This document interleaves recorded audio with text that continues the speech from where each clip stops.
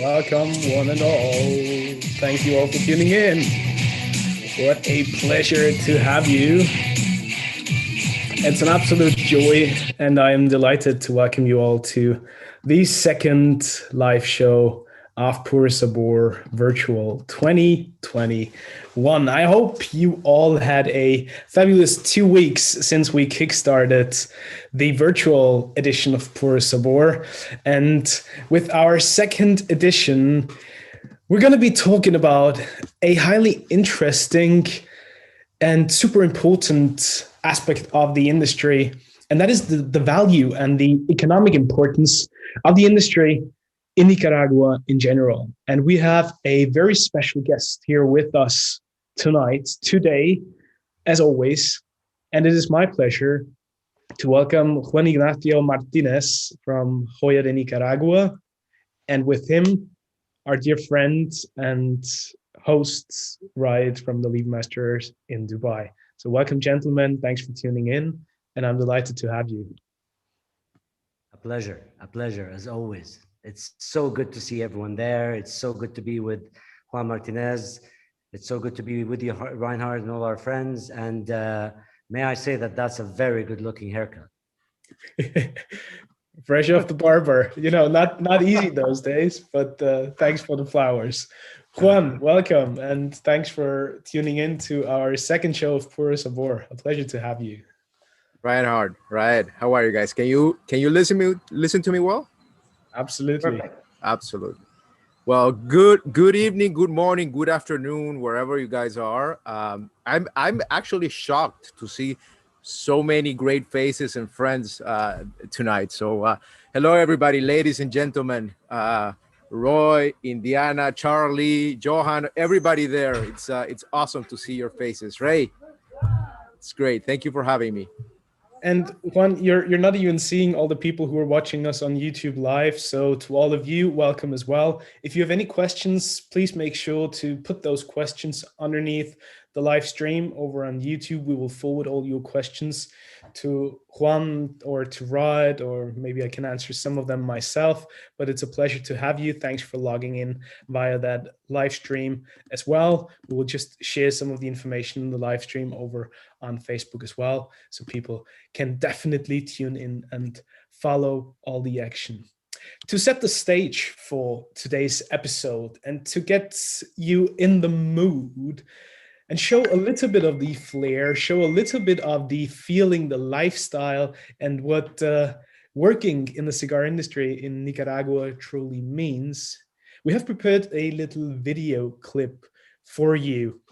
And we want to take you right to Nicaragua.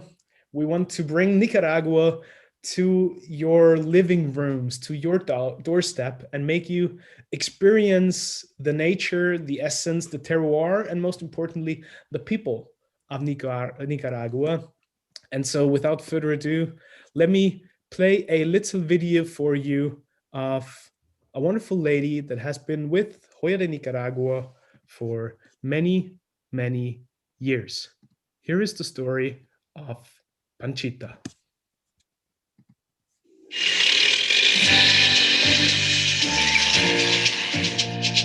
Yo me siento familia de los que trabajamos aquí en Joya de Nicaragua, principalmente por los años que tengo de trabajar aquí, tanta gente que ha pasado por esta empresa. Y entonces nosotros compartimos nuestras experiencias, compartimos cumpleaños, compartimos todo.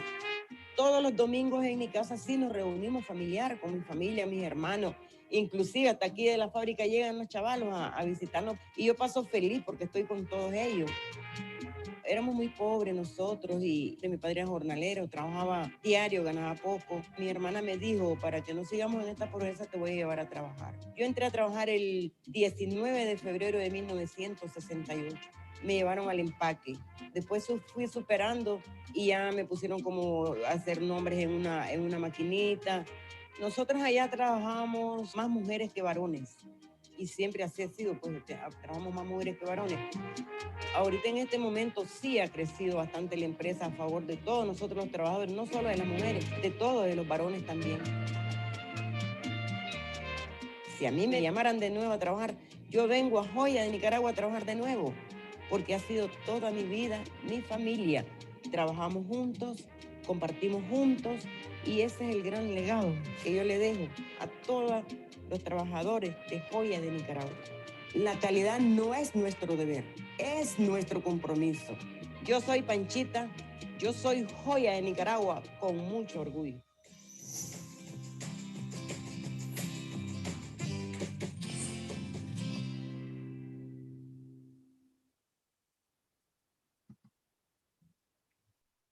It's moving images and pictures that touch the heart.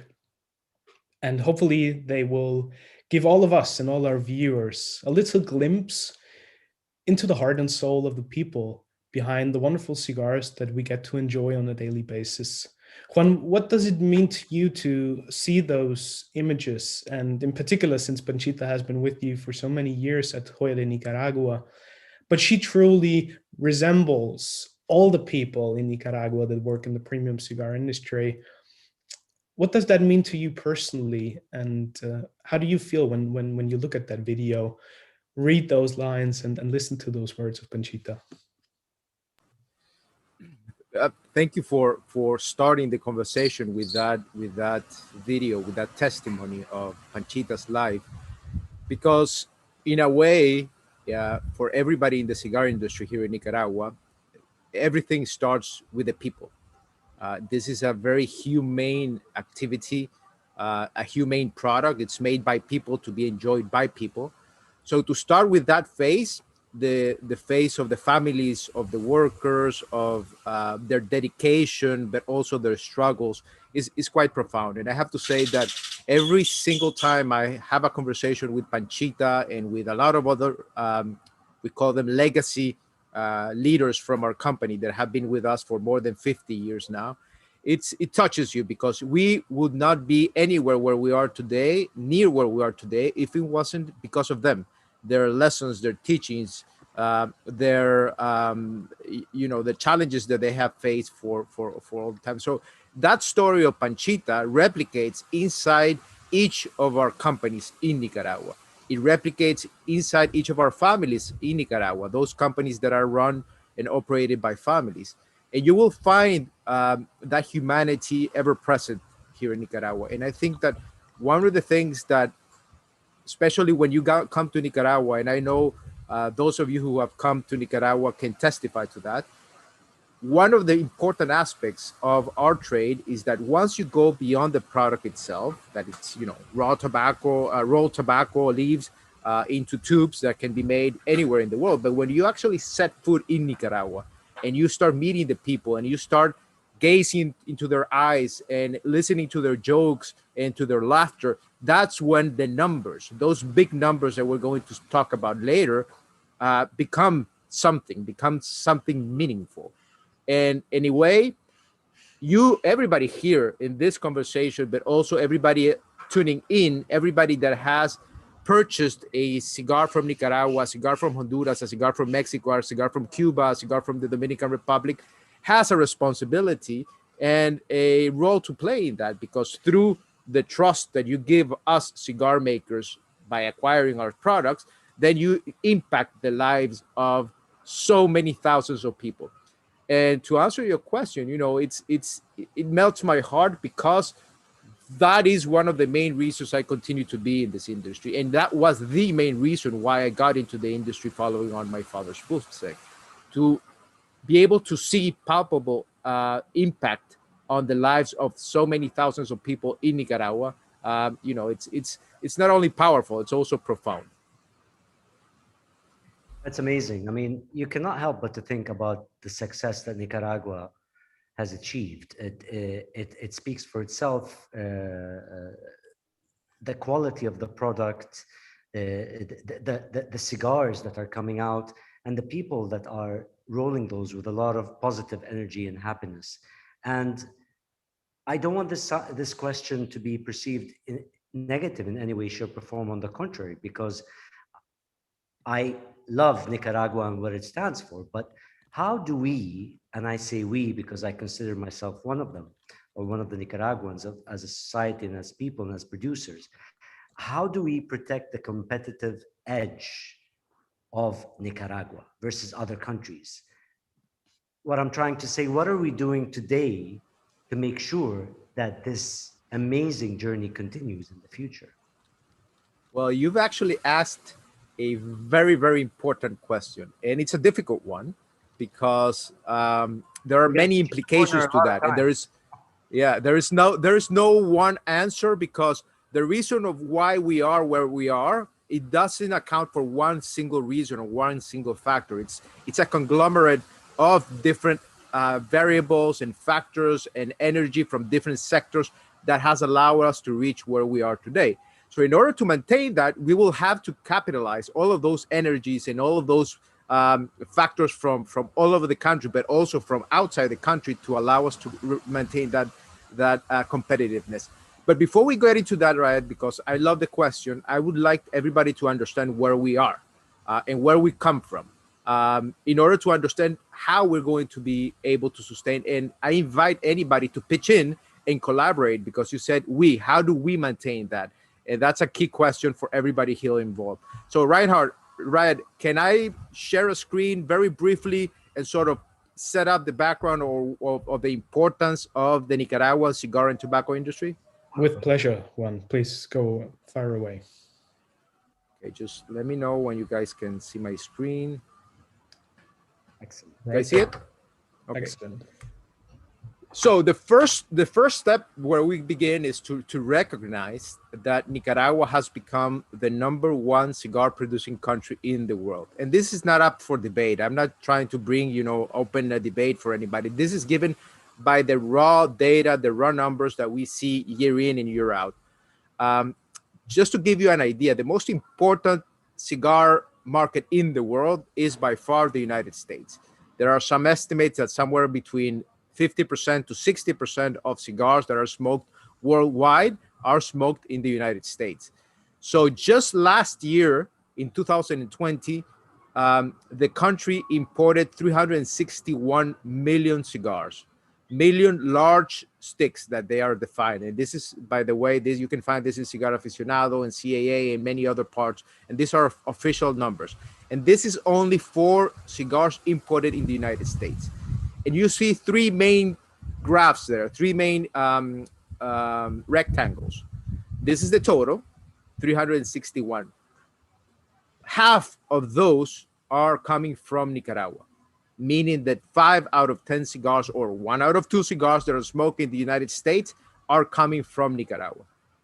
For such a diverse industry, that's quite powerful when you think that Nicaragua alone accounts for the combined numbers of the Dominican and Honduras together for last year. The Dominican imported 102 million cigars, Honduras 71.2, and Nicaragua exported to the United States 186.2 million cigars.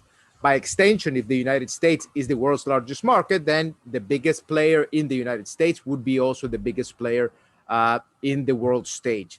So it's quite important to see that even though the Dominican, Honduras, and in some other countries are great cigar makers, Nicaragua is by far the king in terms of production. But that wasn't the same every time. If you see the numbers, again, from CAA official statistics of imports into the United States from Nicaragua, in 2000, 20 years ago, we registered 19 million cigars. In 2010, we then, 10 years later, we grew to 86 million. And by 2020, we grew 100 million cigars to 186 million sticks. So, and if you go further back into 1995, we were exporting somewhere between 12 and 13. Even with the boom era, Nicaragua was still a newcomer. And when you see the track record between Nicaragua, Honduras, and Dominican, you see how Nicaragua picks up sustainably growing up. And that's powerful. Now, the second aspect of the importance of Nicaraguan cigars and tobacco is because both products are very, very important for the Nicaraguan economy. Last year, 2020, was a record year for our industry. We exported roughly $291 million in tobacco and cigars and all related products around cigars and tobacco.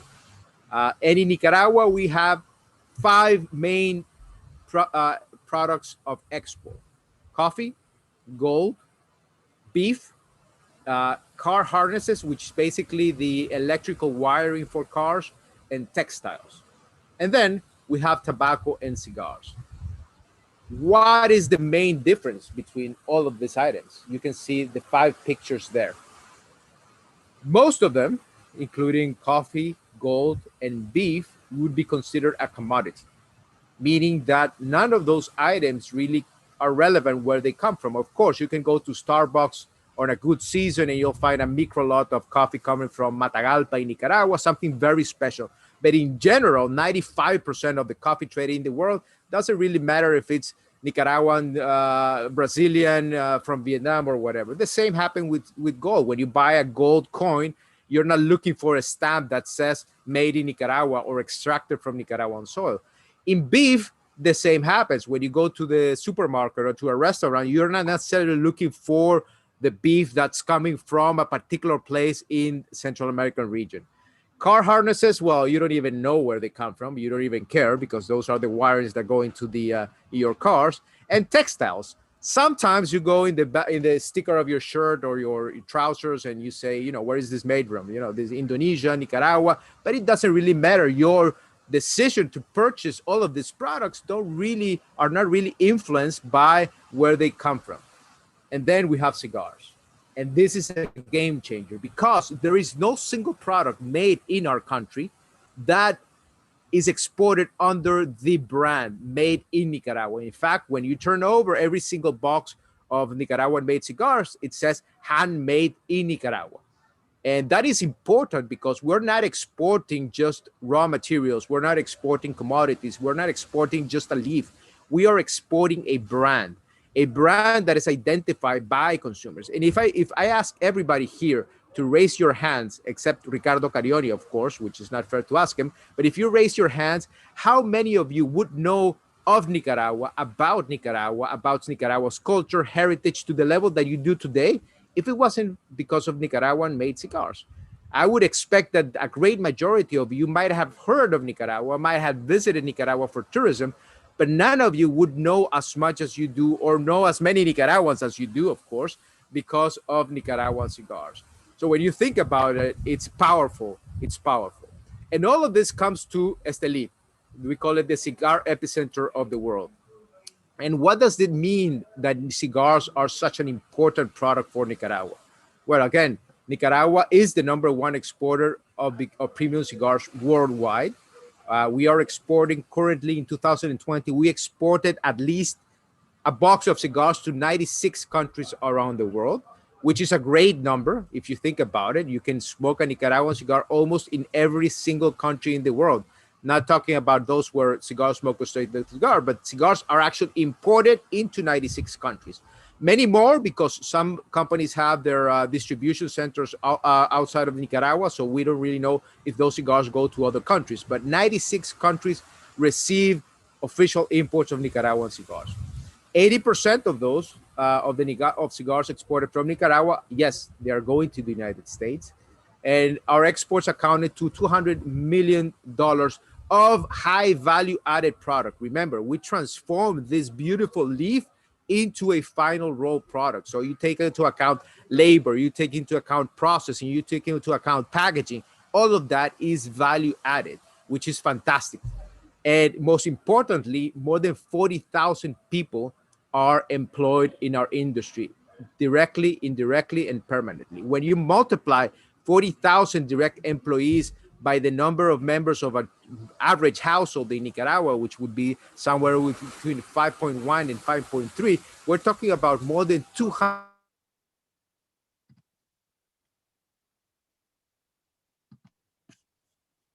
Did we lose it? Juan?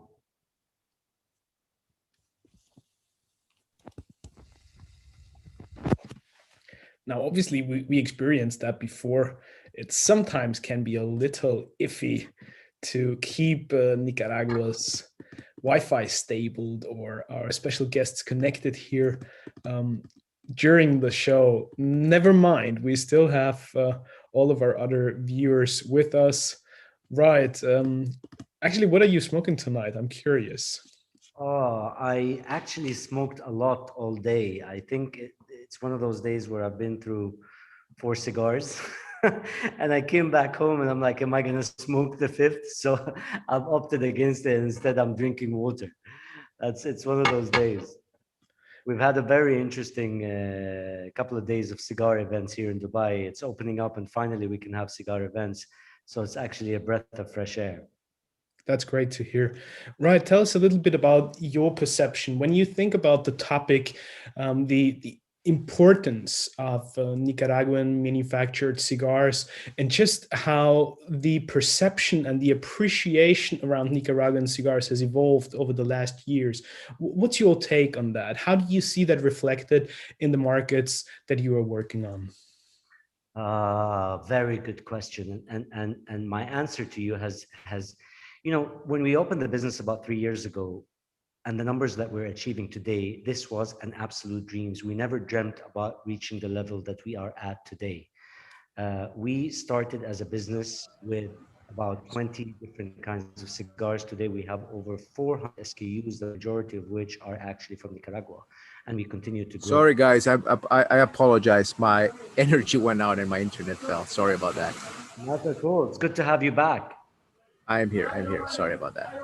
Juan, no worries. It's sort of turning into a reoccurring joke that we have on the show here that our special guests keep on dropping out. Actually, last week even Riot's Wi-Fi blew up at the very same time, and then I was left here with roughly 70 other people.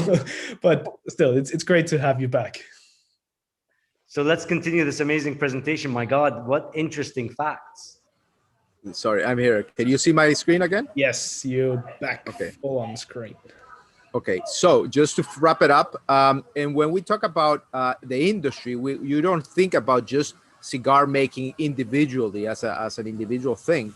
You have to think about it as a cluster. Like I try to joke a lot of it, and I probably said it in the show before, but Esteli, Northern Nicaragua, is like the Silicon Valley for tobacco, except with much less money, of course. Or Napa Valley wine country in the United States, because there's so many things happening around cigar making, and more than 100 companies are directly in tobaccos, from cigar makers, box makers, band makers, etc. So think about this: we grow tobacco, of course, in the fields. Let me put my pointer here. Laser pointer. We have our tobaccos. That's one part of the industry. The second stage is the pre-industry or the fermentation, the processing of the leaves, selection, and everything. Then we have cigar making per se, of cigar making, cigar rolling, packaging, exporting, everything, Then we have world-class band printers or specialized printers of packaging materials. We have world-class box makers. We have hundreds of box makers that supply the box, some of them wooden, some of them carton, some of them different shapes and forms of boxes for our products. We have microfinance people who develop because of our trade, and they can come and finance our businesses and our products. We have, of course, all of the related businesses from commerce, from food, hostelry, food services, tourism, bars, hotels, and a lot of other small industries that are that move around our industry. It's an impressive thing when you go to Esteli, when you go to Northern Nicaragua, and you visualize the impact of one particular activity in the livelihood of so many people around the country. And of course, Esteli continues to be a relatively small city, nondescript for many standards. It's not a world-class tourist destination or anything. It's an industry that is a city that is focused on doing what it does and doing it great. And there are two things that I would like to also point out regarding our industry and the impact on the life of so many people. One is that, as Panchita said, even today, 6 out of 10 workers in our industry are women. When you think about that, considering many other industries around the world, to have 6 out of 10 women, most of them heads of household, many of them single, many of them widow, or many of them just single parents, it's an incredible thing to provide women, and especially young women and men. And that's, I think, one of the things that we're going to be discussing later about the impact on demographics of our industry. So overall, and I'll wrap it up here so we can make it an interaction. So just to set the tone, Nicaragua has become, and I'm not talking about awards or recognitions or rating. That's for another conversation. I'm just giving you the numbers of volumes of impact. Of course, they are related. We wouldn't be where we are today if it wasn't because of the quality of what we do. They are very, very closely related. But in any case, the impact is real. It is there. And now we can open up the conversation on how do we maintain that when, especially now that we've had an unexpected, just to wrap it up, when we talk about who's there in Esteli, and just this is just a sample of the world-class companies that are based in Esteli. We have more than 60 cigar factories, many of them large, many of them medium-sized, and many of them smaller companies that we don't even have a picture of their facade, but that they do work hard in creating and crafting their products. And of course, to wrap it up, humanity, you know, every single worker, every single part of the process has to do with the people, with a person involved in the cigar making. Just to land a little bit in context, because this is a beautiful shot of a normal context. This is today, given COVID restrictions, with, you know, distancing everybody apart, and just a remembrance, a reminder that cigar making is still risky, because we are asking our people to go there every day, wear their masks in the context that they would take, you know, public transport or walk to their factories or take their bikes and their motorcycles, and to come in and continue doing what they do best every single day. So a little bit of the context of what happens in Esteli, the commerce that and of course our beautiful cathedral in the center of town that is also very emblematic of our city. So that's it, what I have in terms of putting the context or where we are as an industry. And of course, it wouldn't be fair for me not to thank every single one of you, from our importers, distributors, to brand ambassadors, to, of course, our media, Reinhold Whitmire, that has been with us, with Nicaragua since very, very early on, even before they were called Cigar Journal, they were called the European Cigar Journal. I remember still those old magazines. And every single one of you has had a role in achieving what we have achieved as a country and as an industry. So thank you very much, of course, to all of you. It's an absolute pleasure. I can tell you this much on behalf of myself, on behalf of everybody on this call, and a lot of people that could not make it, unfortunately. It's a very fascinating ecosystem, and being a person that comes from a financial background, numbers do speak, and they speak loud. And you know, it's no secret that Nicaragua has perfected the formula of balancing quality with value, with supply in the market. And in many other countries, this has actually been the absolute challenge. How do you see us managing this going forward? And I don't want to sound like I'm repeating many of the things, but I would like us to go a bit from the macro level, a bit into a couple of micro points as far as you're concerned, of how are we going to be managing those three important factors going forward? I think that it's a challenging question, because where we are today, thanks to the comprehensive role of multiple sectors, I think there are three important conditions that are necessary for any country to achieve the level of competitiveness that we have achieved. And it could be in any sector, but in particular for cigar making.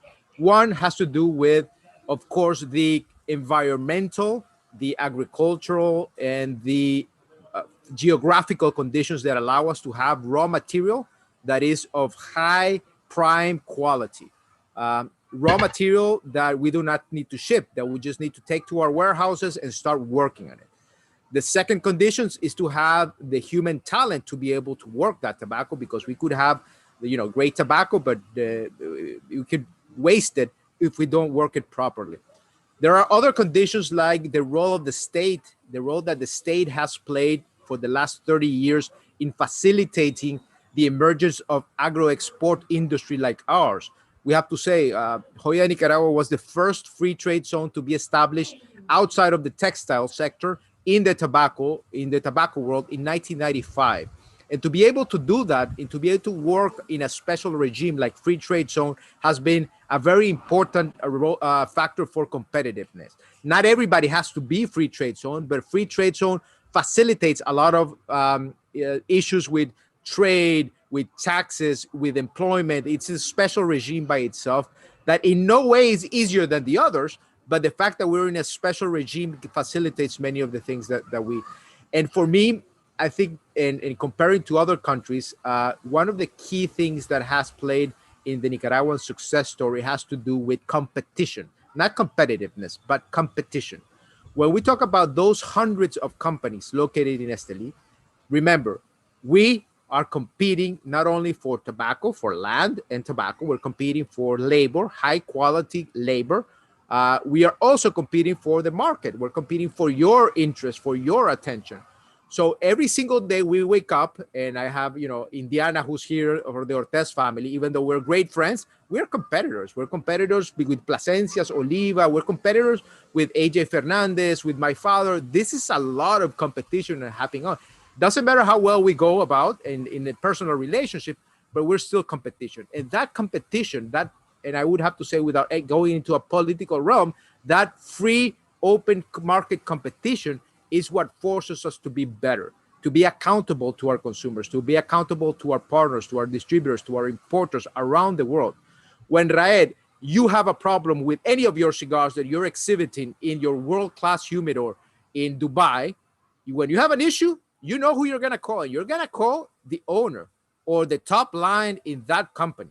You're not going to be waiting for a complaint to deliver that eventually be heard by someone. And that accountability of our names, our reputations, our family, our legacy, whatever you want to call it, forces us to be better every single day. And that's one of the things that has made us better. You go to Esteli every year. You can come to every single Puro Sabor festival, and you will see the differences between one year and another. In every company is striving to be better with themselves, with their brands, with their blending, with their process, with their aesthetic, with their artwork, with their marketing, with whatever. That competition is the fire that drives us every single day as an industry. And even though, again, that we complement each other very strongly, we buy tobacco from Plasencia, we may buy tobacco from AJ, we may sell tobacco to another company. We see each other and we give a lot of hug and we enjoy smoking together. We have a very good friendship. That doesn't take that we are competing. And that's just inside Nicaragua. That's why we have become what we are, because and when you take into account our own clients, the Pete Johnsons, the Steve Sakas of the world that expect from our factories the top level quality that they will be representing, that's a big testament to the trust that they give us, but also force us to be better every single day. Now, moving forward, how do we retain that level of competitiveness? That's a tough question. It's on us. We need to maintain the great relationship, quality, price that we have kept for many decades. And if we start sacrificing quality of our products, then you will be the ultimate judges of that. And it has happened in the past. In the 1990s, with the cigar boom, Nicaragua fell down a very quick slope because factories were shipping immediately from the production table. And we learned, we made a mistake. I remember my father realizing how big of a mistake it was to come into the pressure of the market and just, throw out everything that came our way until nobody wanted anything. And we were stuck with thousands of cigars in stock. We and every other single factory in Esteli and in the world, basically. So we already learned that lesson. We're not going to be sacrificing quality. Now, there's a lot of pressure, and you guys know it. There's a lot of pressure because the demand has grown. People are smoking more during COVID times. So it's a great challenge that we have, and that's the question that we face every single day in the job. When you go to the production floor and orders are up the roof, and you're saying, if I do 100 more cigars, I'm going to risk it. Should I do it or should I not? So that's the role of the heads. That's the role of the cigar makers, assuming the responsibility for the product that they are crafting and the name, their legacy, their brand. And I don't think that that's going to change very soon. It doesn't matter how big the boom is going to be this time around, or the bubble, or the growth, or the sustainable, whatever way you want to call it. I know people have come to understand that we are where we are because of the quality of what we do. Now, obviously, things come and go in phases. There's the ups and downs, and the cigar industry most certainly has lived through those various different stages. Times, they are a-changing. And in particular today, with the impact of technology, with digitalization being not merely a term that has been out there for such a long time, but actually the reality and the new normal, if we will. How big do you see the impact of new applications, new technology, and modernization, where the cigar industry has always been about culture, heritage, tradition, and passing on knowledge from one generation to the other? Well, I think because of the nature of our process, of our product, tradition is key. And that will not be lost. Doesn't matter the medium or the way you transmit that. It could be in systems, in IT, or whatever. The essence of cigar making cannot change until you become a machine-made cigar maker, So it's very hard to jump, especially when we have so many regulatory frameworks that forces us to retain that essence of what we are and who we are and what we do. We cannot change our production process. We cannot change our raw material. We cannot change our leaves from one day or the other, because we are testifying and we are guaranteeing people that our tobaccos are natural, are aged, and that they are, chemical and additives free. That's what differentiates our industry from other tobacco industries that have their own role to play in the world. In our case, it is our responsibility to keep that. And as we move forward with technology now, lab tests on our cigars, when you go into Brazil or when you go to other markets that you need to be submitting lab tests, it says there, oh, this product has a chemical or it doesn't. It has a residue or it doesn't. So technology, in a way, keeps us in line too, because it forces us to continue respecting the craft nature of our product and our process. It's harder for anybody today to play with the process itself than it was 20 years ago. 20 years ago, you could probably go about maybe adding a little bit to the tobacco, or, today that's very, very hard. That's in terms of the process. Now, in terms of the culture, the heritage, we are here, aren't we? We are here, and we are celebrating in a way, in a very interesting way, if we may, but we're not celebrating less. We are learning, we are appreciating, we are learning about facts, but we're also learning about history. We're learning about quality. We're going to be having a great round until I think June or July. Every 15 days, we're going to have a different presentation, and we're doing it with people from all over the world. I don't know how many countries are being represented here today, but in order to get all those countries together, those experiences and those palettes, before it would probably have been harder. Today, technology facilitates that in a way, and it also facilitates for us cigar makers, brand owners, to transmit our messages. Social media in many ways has changed the game for our industry. 30 years ago, during the cigar boom, nobody could heard about the consumer unless you were the rep on the streets. You wouldn't know about the experience, the bad or the good experience of a cigar smoker during the boom, unless you were selling that cigar and smoking it with them. Otherwise, they would probably have to send you a fax or a post letter. Today, any of us, we are on social media.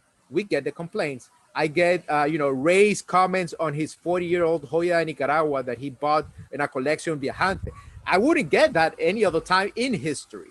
And to be able to interact with Ray and ask him about his personal experience of a 40 or more year cigar, it's changing. It also helps us to connect back to our history, and getting to know so many of you, and in all over the world has been groundbreaking. COVID has come to accelerate a change in our industry that has only been for the better, because we're not going to be replacing cigar lounges. We're not going to be replacing cigar festivals. We're not going to be replacing tastings and pairings. We're not going to be replacing our visits to the market. Once, as Roy was saying, once everybody's vaccinated and we're, past this hump, we'll probably be coming back to you, and we're going to be smoking together, because cigars are no less social today, even though we can use Zoom to socialize, but we continue to need and crave that human interaction.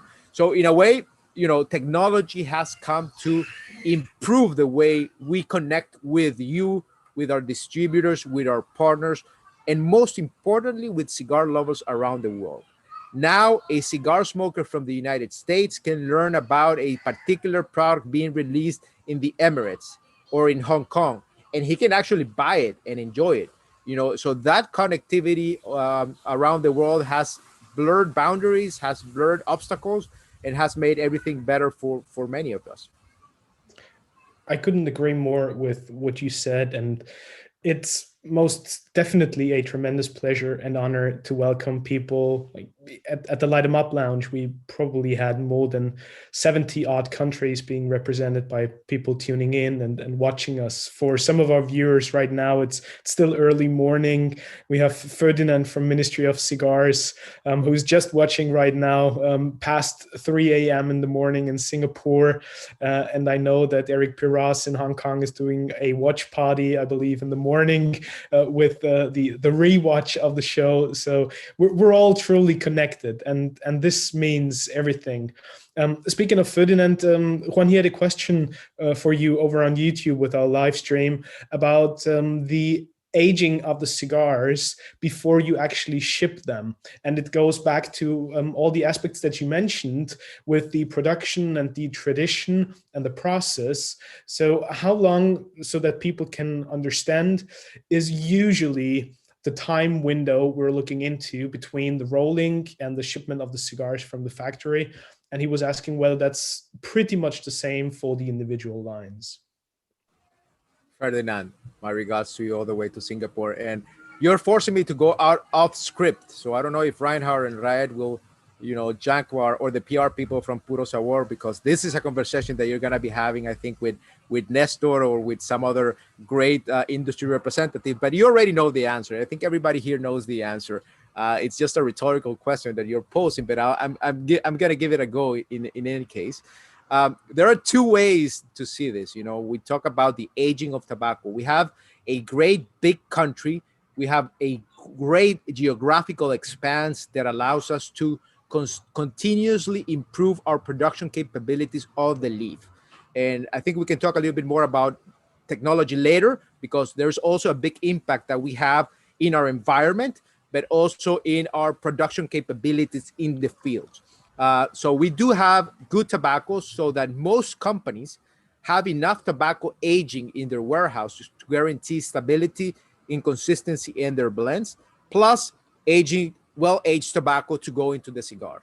So I would expect seeing other people's inventory. I don't know the numbers per se, but I can talk about our own experience. But I've seen huge stocks at Oliva, at AJ, at Plasencia, at Drew Estate. We can talk about at least 2 or 3 years worth of tobacco inventory at these warehouses. Tobacco that is aging, smoothing up, micro-fermenting after fermentation, still micro-fermenting in the warehouse. So we have that aging of the leaf per se. Then we have the aging of the cigars. Once we rolled our cigars, then they go through this aging period. Every company has their own standards, but I know for sure that Nicaraguan cigars are meant to be enjoyed once they reach your hands. When you go to a cigar shop and you buy a Nicaraguan cigar, that cigar should be intended to be smoked. At least Joya de Nicaragua, I can talk about our testimony. And I know a few partners like Drew Estate and others, that their cigars are made to be enjoyed off the box. They're not meant to be closed down and sat down in your humidor and wait at least a year to open the box. No, cigars should be ready, because we do the work for you. We control the conditions at least, and again, I can talk about Joya de Nicaragua, for a 6-month period. Those cigars are aging in our warehouses. And I know that many companies do even more than that. And I'm talking about an average, because we do have cigars that have been aging for much more time. So you have tobacco that has been aged together, rolled together to become well-aged cigars that should be ready to smoke. That's a different argument about the aging of the cigars and how long should you age it. That's a separate conversation. But the cigars coming from Nicaragua should be ready to smoke for the cigar smoker. There's nothing like a good curveball from a dear brother Ferdinand. But the question I also brought, the reason I brought up this question, pardon me, is also because the factor time is a critical element in both the economical sense, but also in the socio-cultural sense. And both are the core themes of today's conversation. So my question to you really is, where do you see that essence of time coming into play, and how do you also, with the current dynamic in the market that you pictured before, how do you see time being sort of interwoven into that, and where could the challenges lie moving forward? So when we talk about time, and I think that some companies have brilliantly used this concept in their own marketing and messaging, the concept of time is the most important variable in cigar making process.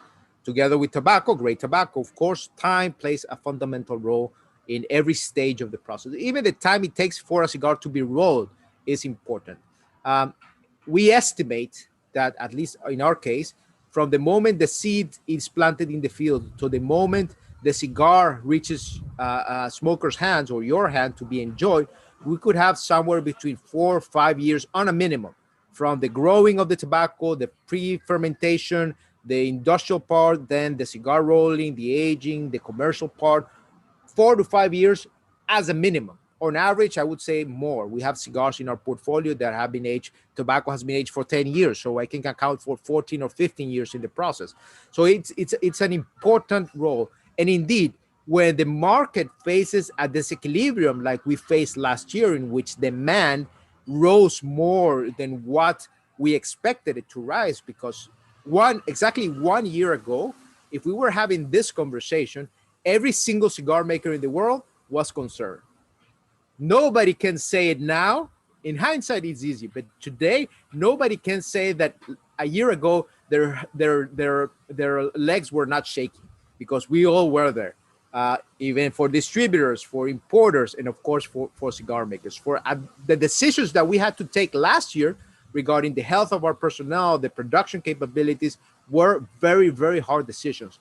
And they were not considering what we see today happening in the marketplace, which is an increase in demand.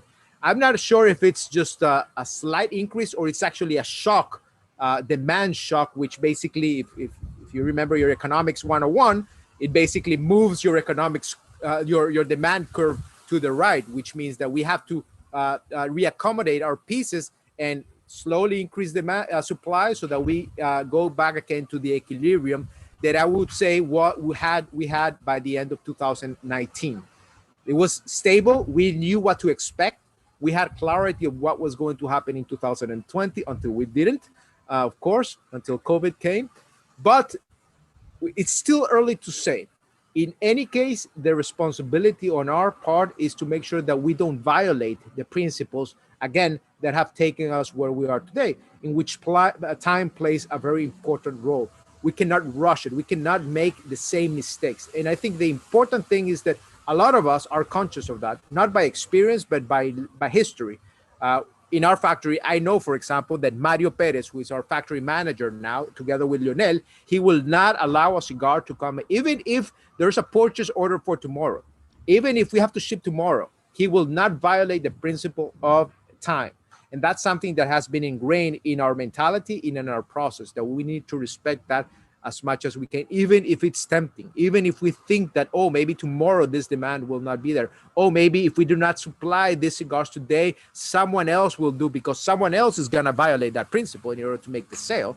And that's where the competition and the race downward begins, goes downward.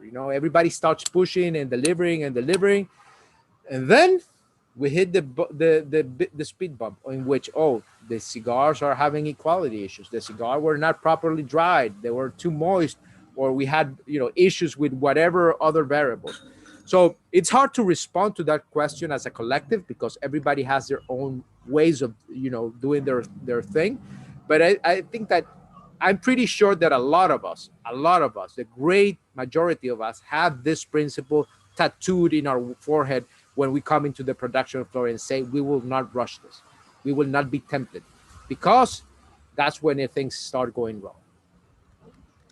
How do you read this period? The thing that I'm trying to wrap my mind around, Juan, is how do we actually read this period? I love tapping into the economist in you, and I've read a lot about your economic background and your father's economic background, and I absolutely love it, because the most subject I hated when I was in university was economics. I couldn't get it. But today, funnily enough, I have a bit of more insight. How do we read what's been happening? If you look at curves, and if you look at what happened last year, whether we speculated or expected it or did not expect it, there has been some kind of a boom. Whether we're going to call it a boom or play semantics or call it something else, we can call it whatever you would like to call it.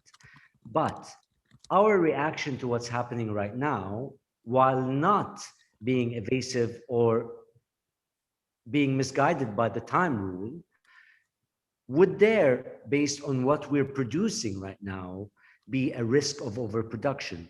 Would there be a risk of oversaturation because we are of the impression that the bar is all of a sudden up and people might maintain that level of consumption? And by the same token, would you think that Nicaragua today has or may have reached a level of excessive branding component or brands that you need to sort of stabilize this? I just want your take on this and to just give us some. I would get back to you and ask Reinhard maybe to put out a poll and ask every single retailer or importer here to let us know, because it's interesting. That's the same question we ask ourselves. How long will this last? Is this organic? Is this artificial? Is this sustainable in the future?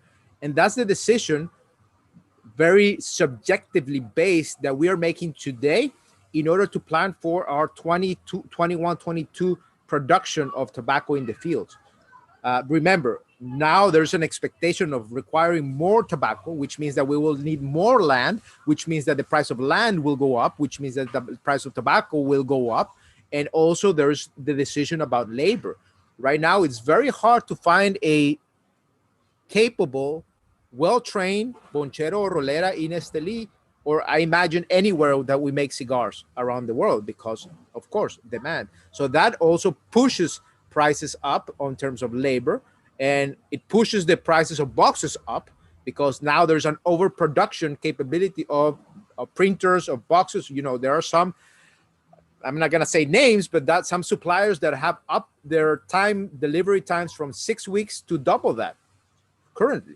So we already see in the bottlenecks in the industry that even if we had the cigars in stock, we probably won't be able to supply all of that, because we're not isolated. We don't work as a independent. We need to, from shipping containers. By the way, ironically, there was a shortage of shipping containers around the world. That means that if we before had 4 days to book a 20-foot container to ship to Asia or to ship to Switzerland, to ship wherever, now we need at least 15 days in advance to schedule that, because there are not enough containers in Nicaragua to ship. Of course, there are many things that arise not only in the cigar itself. So moving forward, how do we interpret this? And this is a good question. And again, I ask anybody who has their own experience to pitch in. If you had asked me this question 1 year ago, my response was that we're in the middle of a health crisis. Probably people will probably not smoke less, but won't necessarily be smoking more. If you had asked me 6 months later, I would probably say, people are really smoking more. I can see it in the Zoom sessions. I can see it in the social media.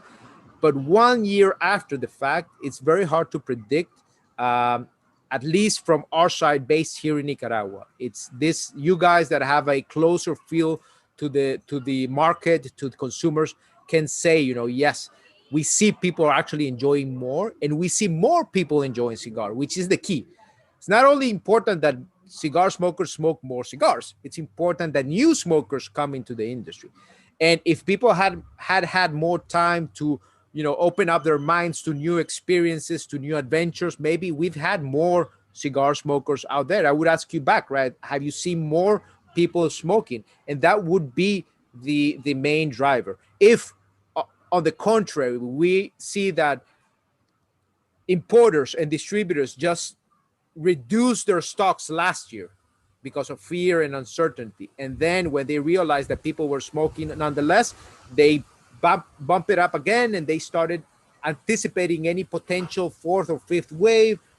That's not a sellout. So that is a risk, because you might be overstocking yourself, which has had in the past. In 2018, Nicaragua suffered that because of the political crisis. We saw a tremendous growth in cigar exports because people wanted certainty, not because people were smoking more Nicaraguan cigars. So in 2019, that demand shock, which is artificial because of a political crisis, came back, and we suffered in 2019, and we expected it in 2020 to also continue suffering the consequences of that anomaly year. This year, it's hard to say. It's very hard to say, and unfortunately, I don't have it, and I hope nobody has the magic ball to predict how this is going to happen in 3 months. In the middle of the summer, when most of the developed countries should be vaccinated, will people go back to lounges freely and spend more time in events? We won't have Intertabac, for example, this year, that has already been canceled. So it's going to be very hard to see, at least in the European market, how's that going to happen.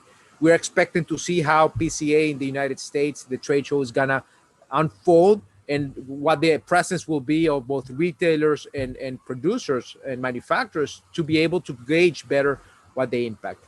But I can say that the coming spring, now that we're starting spring, coming to summer, will be the determinant. If we see that this is something sustainable, it should show now. It should start showing now. The winter generally, which is the last 3 months, 4 months that we've had, is not a good indication of what will happen in the past, because winters, tend to have, from weather issues to transport, logistical storms everywhere, even demand goes down. That's normal. But moving forward to the spring and to the summer, I would expect things to show the real face. Okay, amazing. Reinhard, could you put up? Did you do the poll? Do the poll, man. Don't be shy. Good, interesting. Ask everybody here. Do you expect cigar sales to be up or down this summer? I want to see it. I want to see it live. Let's take advantage of technology. We have a couple of hands going up, 3 hands going up, 4 hands going up, 5 hands, 6. Everybody's going up. Up. So there you go. Right. I think that the answer is there. Look, I don't want to turn it personal, but I do want to talk from my personal experience. Over the past, I would say 2 months, 60% of the people that are walking through my door are new people. And these are people that are moving to New World Cigars. These are people that want to discover Nicaraguan cigars. And these are people that have heard a lot about cigars and want to try and start their own journey, if you may. So I'm very encouraged by that. But while I'm asking you about oversaturation, overproduction, I cannot help it but to take it from the flip side. And I don't mean to be negative, but from my experience, look, I come from Jordan at the end of the day, and one of the biggest challenges for the Jordanian economy ever was brain drain, which is pretty much defined as talent leaving the country. I know in Nicaragua, people potentially would stay more within their roots. But do you say that you just mentioned that the cost and the availability of the talent is very challenging at this point. But would you see any kind of talent drain happening for them moving to other countries or potentially other industries that they may see as being more feasible for them? I laugh because, and I'm not joking, I had this conversation on Friday at the factory with our team. Oh, you're grinning. I'm like, shit, I think I'm posing the wrong question. No. And I'm going to tell you with all transparency, and I'm not going to lie, even though this is going to, and probably my team is not going to be happy that I'm releasing their conversation sequence in meetings. But we had 3 world-class boncheros, 3, that in the past 15 days emigrated to the United States.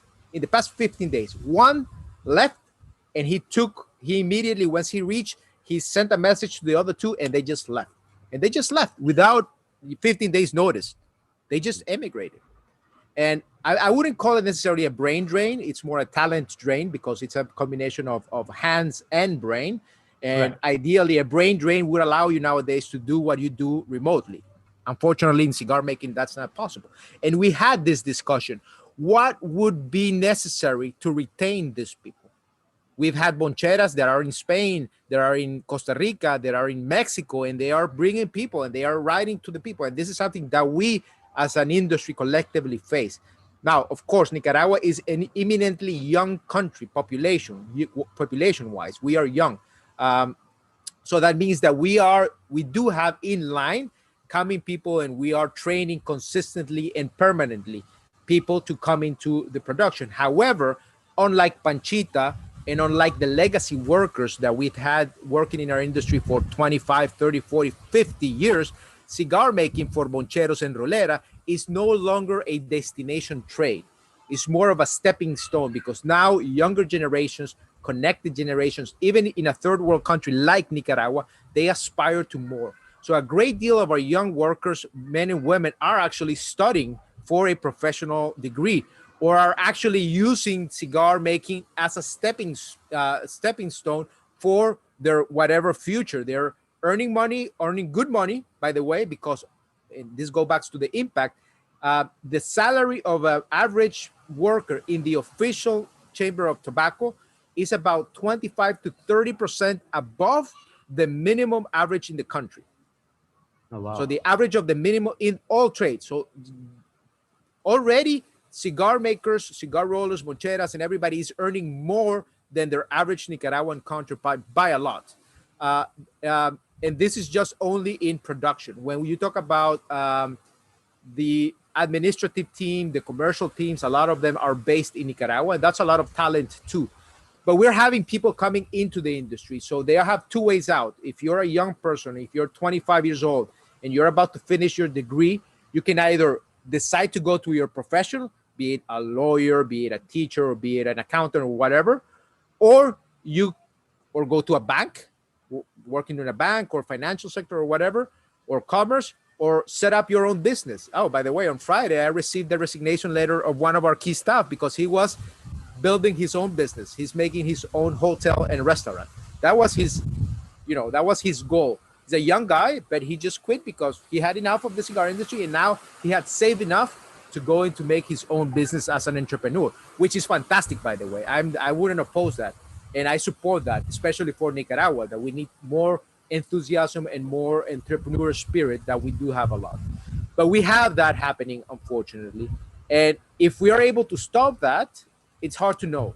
It's hard to know because we would need to raise incomes of our people so much that we would lose the competitive edge that we have versus the Hondurans. And we're not talking about government imposed minimum wages like other countries. We're just talking about market driven pressure. Even in a country, by the way, that is 3 years in a row in an economic depression. Yeah. So as every other sector in the Nicaraguan economy, except a few commodities, has been going down, cigar making has been going up. So you have tourism that has been basically almost dead since 2018. Construction, you have the agro sector, and you have tourism services that have also gone down. Cigar making has gone up. So unless we balance that out with huge increase in income, it's going to be very hard to stop. Now, the other way out is that we as companies open up the doors and train people to aspire to more. So, for example, one of our objectives as Joya de Nicaragua, beyond making fantastic cigars, is to make sure that every single person that goes through our factory when they go out, either they retire or they quit or they go to a, you know, a better future, whatever, they have a superior living standard or standard of living than when they came in. If they retired there or they were, which means that we either make sure that they do that or we open up the doors in creating jobs of higher quality in marketing, in communication, in commercial, in logistics, which are all trades that are very important. So at many of our companies, the requirement is that you will come from below. So if we open up a space for, let's say, a logistics manager, to say one, or a new production supervisor, we don't go out and looking for production supervisors outside. We develop them in-house so that they aspire to a better role in the company, and eventually, hopefully, they will aspire to a managerial position. And we invest a lot in, and many of our companies invest a lot in postgraduate degrees. We have special programs for training in specific areas to make sure that our people have the tools and the skill sets, not only for themselves, but also for our trade. As a matter of fact, Juan, even on today's show, even here in our lounge, we have people from all various countries, but most importantly from various ages as well. We have industry icons like the professor Jose Blanco. We have Indiana Ortez representing the young, vibrant energy and the fresh face in the industry. The cigar culture and the cigar industry has always been shaped by key personas, people that make the difference in community, in business, and most definitely in all parts of life in general. What can we do as a cigar world, as a cigar community and cigar industry to help the dialogue between all the various generations? There's demographic shifts going on. So how can we foster that dialogue between all the various moving parts and the people,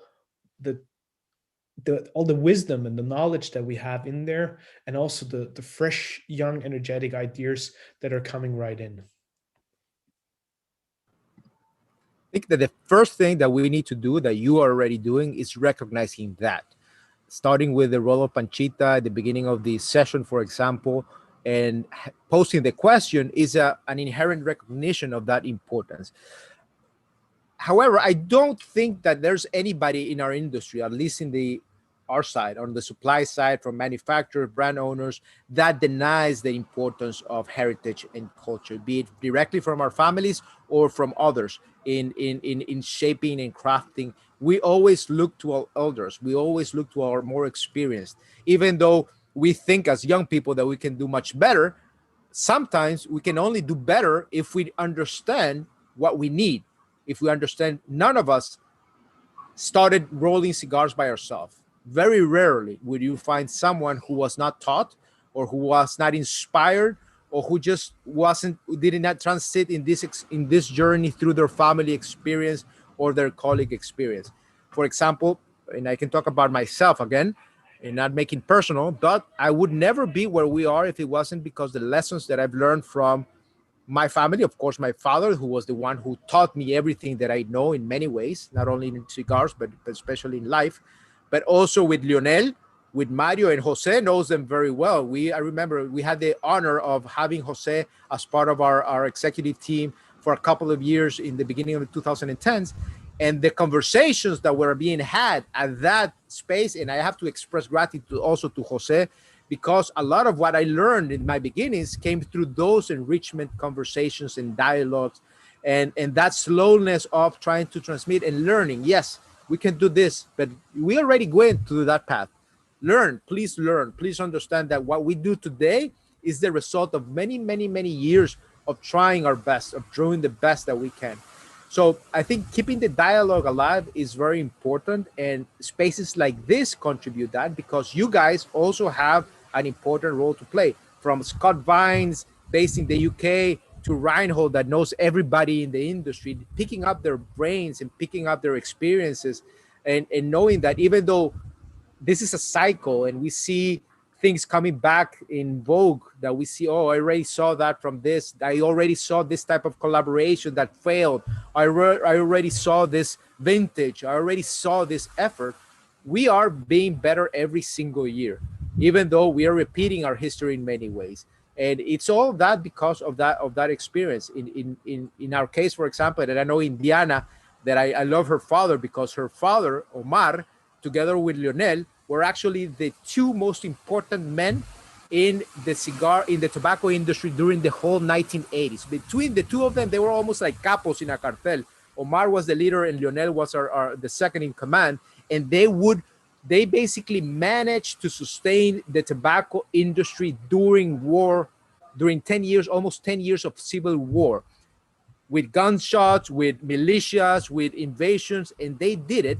And that experience, the whole Ortez family, is a testament to the experience of Omar and his predecessors.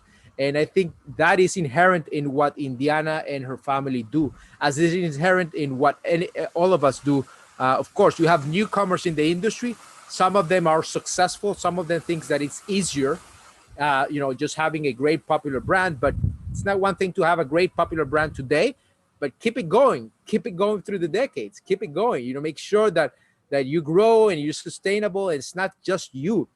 And that's one of the things that, if I say, you have to recognize, everybody has to recognize that even though some brands might have master blenders, and I know people love asking, oh, who's the master blender, or have a family name, it's not one person or one individual responsible for that product. It's a collective of people, more than 300 people involved in making each cigar. But the creative process, everything comes from generation to generation. You can talk about the Padrones, for example, a great success testament of the family working together. None of them, not even the patriarch, Orlando Padron, nor Jorge today, say that it was themselves. It was a family effort, even though Mr. Orlando Padron was the one who began. Even the most recent example, Jonathan Drew at Drew Estate. Yes, he was the crazy gringo who decided to come to Nicaragua in 1996 and risk whatever he had and start an operation. But after that, it wasn't just him. It was Rubio. It was, it was Yesenia. It was eventually the whole collective that made Drew Estate what Drew Estate has become. So recognizing this and being humbles ourselves, knowing that whatever great things we do, it's not just about ourselves or our ego or our badges. It's about the collective. And that goes beyond the borders of our own factories or our companies. It goes beyond to their suppliers, for example. The experience that the Plasencia family has in tobacco growing and processing. Every time you meet Nestor Plasencia Sr., it's a overload of information and experience. Every time you go to buy the simplest of the leaves, you learn so much from that visit that you can become, oh my God, I've been doing things so bad of the past. But even him, it's things that he learned more recently in his growth, in his improvement of their own technique.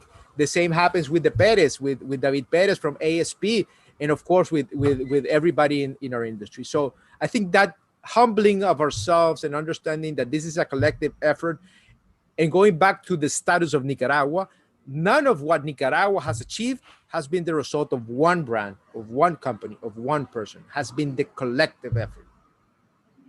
What a fantastic statement. And as a matter of fact, Jose Blanco, he's here with us and he would like to say just a few words.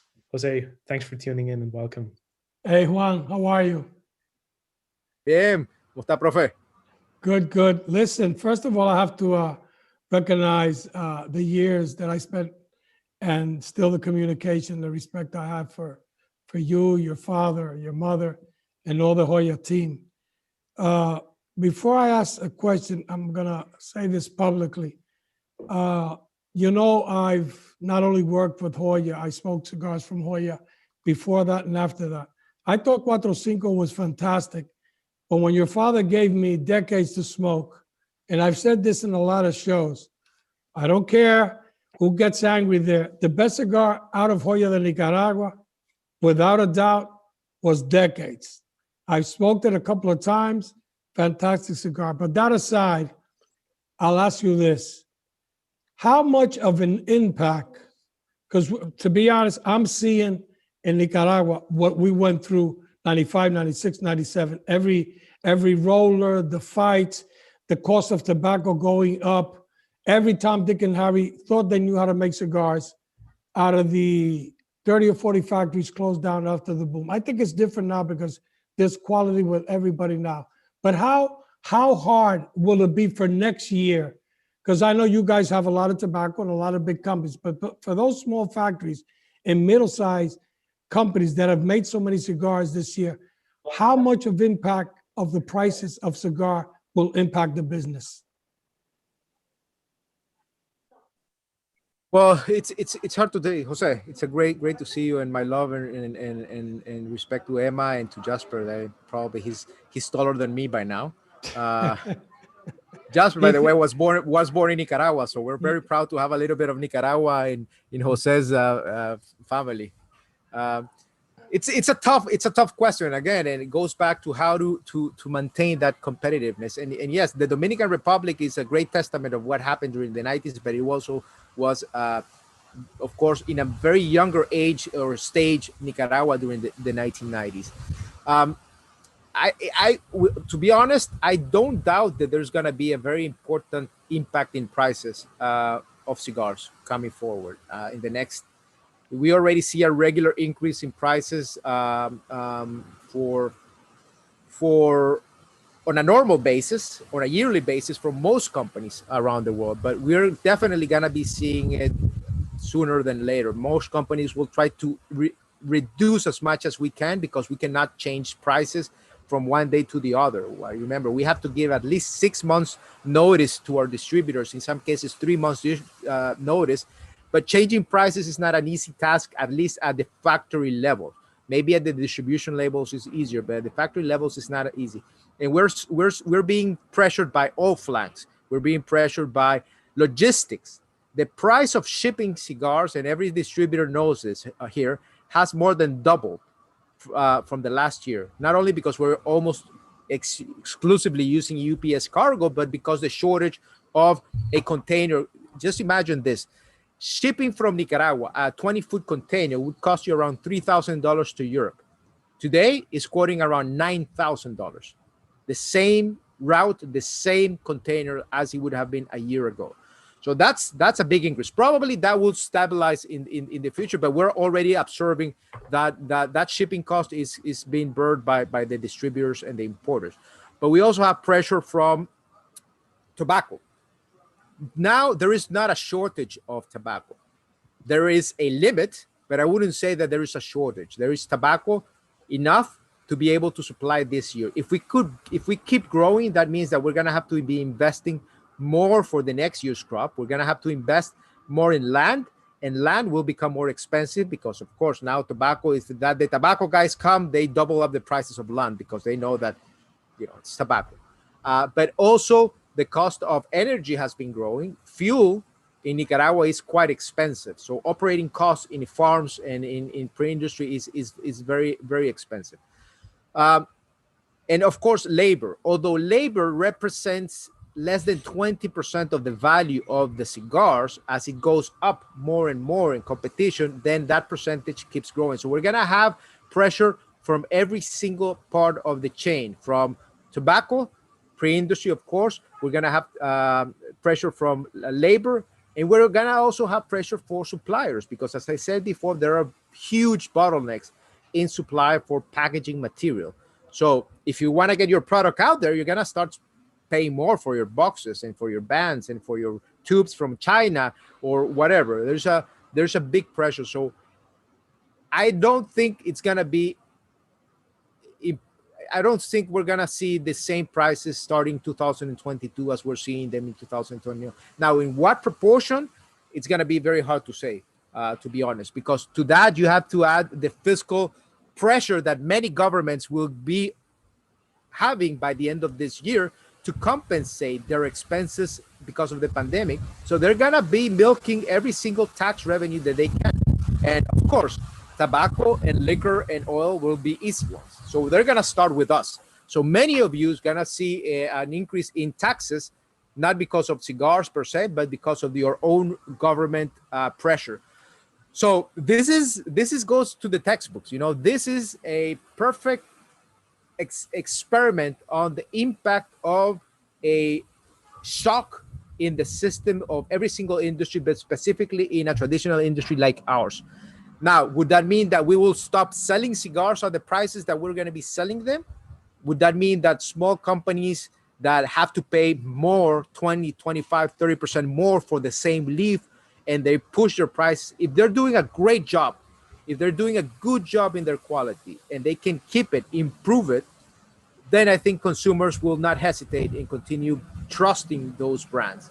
But if they start cutting corners, if they start sacrificing quality, if they start sacrificing aesthetics in the cigar because now they're buying just the cheap tobacco because they want to make sure that they don't lose their margins, then they're going to suffer.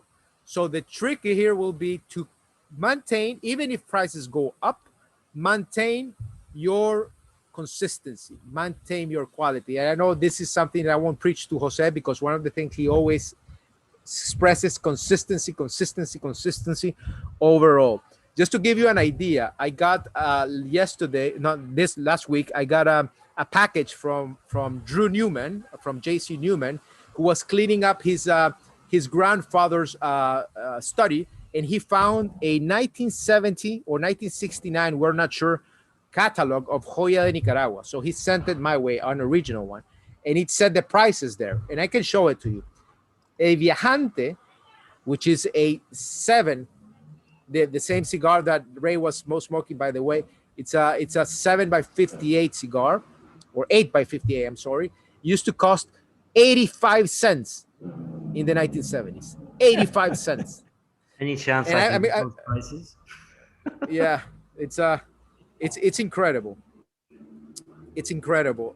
So we're gonna see an increase in prices through all the. So just get ready. Get ready. We're gonna have to rationalize many things, and on the other hand, and to be blunt and to be open, everybody here knows that we've suffered an increase in cost, but at the same time we've been able to reduce expenses. For example, in traveling, in trade show appearances, we're doing this instead of coming to Nicaragua. So you guys are saving a lot of money in travel.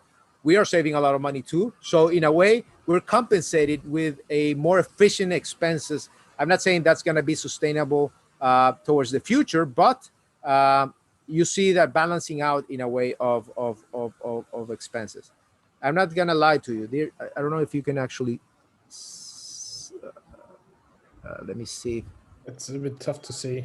Maybe sorry. So it says a cigar that would cost you today, let's say €6, would cost you 95 cents in the United States in 1968. So it's impressive how prices have changed. Juan, great. Give my regards to your father, to Lionel, everybody there, to Mario. Great to see you, and it's a pleasure. Have a good one. Likewise, Jose. It's a pleasure. Good to see you healthy and strong, Jose. I'm a COVID survivor. You know why? Because I smoked good cigars all my life. We love you, Jose, and we want nothing but the best to your health, and we're glad you're enjoying those amazing cigars. Thank you, Raj. So it's never complete without a question from our dear friend and diplomat at large, Ricardo. Your Excellency, we'd love to hear it. Oh, well, you flatter me too much, right? But thank you so much for the opportunity to say I have a comment and a question to make to Juan. But first of all, I want to, and it's so good to see so many familiar faces, and those who I haven't had a pleasure, I look forward to meeting more in person. But first of all, I think what Juan was saying in terms of the collective effort, and he brilliantly remarked on all the key points that have made us the king of cigar making this year, and perhaps during the whole past decade. And that collective effort, seeing today how the vision of the Nicaraguan Tobacco Chamber to partner with Light 'em Up, to partner, and in the midst of having a smart innovation, a response to not being able to bring everyone to Nicaragua, to do it virtually, and choosing such a fantastic partner, and having both of you, Raed and Reinhard, and Reinhold in the back supporting from Cigar Journal, I think that showcases that vision, that competition, because not only a competition in between the different players within the country, but there is a competition with the Dominican Republic and with Cuba and all these other countries. And this decision of what we all enjoying today and we will be enjoying for the rest of the months to come with the Puro Sabor virtual is fantastic. And congratulations for the vision and the decision making. I think that was really, really important. And I love how, Juan touched on all the key points that led us to where we are, and how in many ways cigars sort of have become a symbol.